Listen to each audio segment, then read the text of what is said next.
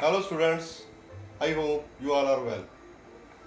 So today I am discussing the topic matter. So exactly what is matter? All our surrounding is called matter. For example, this pen,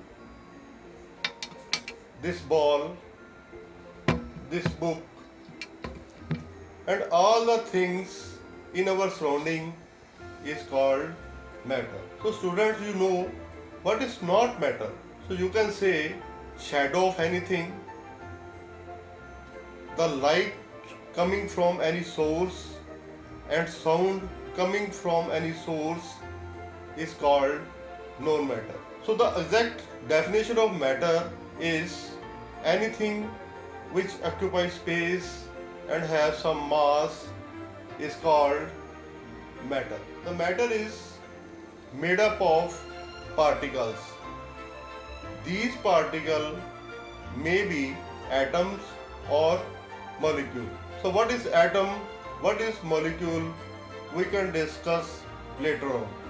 So today I am discussing about the topic matter only. So what is matter? The classification of matter can be done on the basis of its physical state. So these physical states are solid, liquid and gas. So I know you all are familiar with solid, liquid and gas. We can compare these three physical state of matter in very scientific way. Solid, liquid and gas on the basis of three properties. Number one, shape and volume. Number two, compressibility. Number three, rigid. Let us start with solid. Solid has fixed shape and fixed volume. So you can see here, so this is cuboid, this is cube, this is sphere and this is irregular shape. So solid has fixed shape. So similarly we can say solid has fixed volume. So if we calculate the volume of this cuboid, so that is length into breadth into height. If we calculate the volume of this cube, this is A cube. So similarly, the volume of this sphere is 4 by 3 pi r cube. So you know what is pi, what is r. So r is the radius of this sphere. The volume of this irregular shape can be calculated with the liquid displacement method. So students, what is this liquid displacement method, that we will discuss later. Let us talk about the compressibility of the solids. Usually solids are difficult to compress.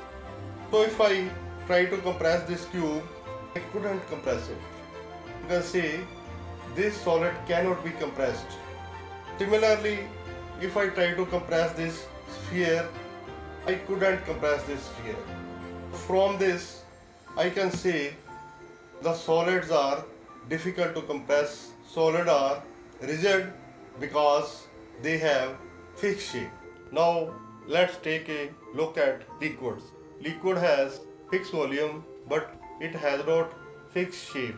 I am going to perform an experiment to prove these two properties. So I am taking water in a beaker.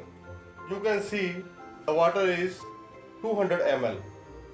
So in this beaker, the water has a shape of beaker. Now I am going to transfer this water into bottle. See, I am transferring this water into bottle. You can see here the water now takes the shape of bottle. So then again I transfer this water from bottle to a glass. See, I transfer all the water into the glass. The water takes the shape of glass. Now I am again transferring this water to the beaker. You can see here the volume of water is 200 ml. So it is exactly the original volume. So from this experiment, it is proved water has fixed volume but not fixed shape. As you saw in the experiment, when I transfer the water into bottle and then into glass, the water takes the shape therein. So the experiment shows that the liquid has fixed volume. So now come to the second property, compressibility. If we fill the bottle with water or with any other liquid completely, so it is completely filled, and I try to compress the bottle, it is not compressible. So liquid are not compressible. So now come to the third property, the liquids are fluid. So see this, if I transfer this water into this glass, the water flows. So from this it is clear the water or any other liquid can flow. Let us take the third state of matter, that is gas. Gas has neither fixed shape nor fixed volume. Just like liquid, gases can take the shape of the container that they are in. But the container need to be closed tightly. You can see the white gas is filled in this container and the gas take the shape of this box. Now you can see this bottle, there is also a white gas filled in this bottle. The gas can take the shape of this bottle.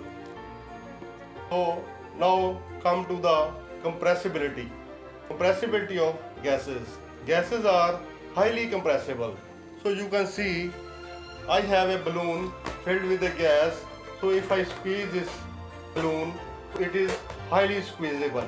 So you can see I compress the balloon, the gas compressed.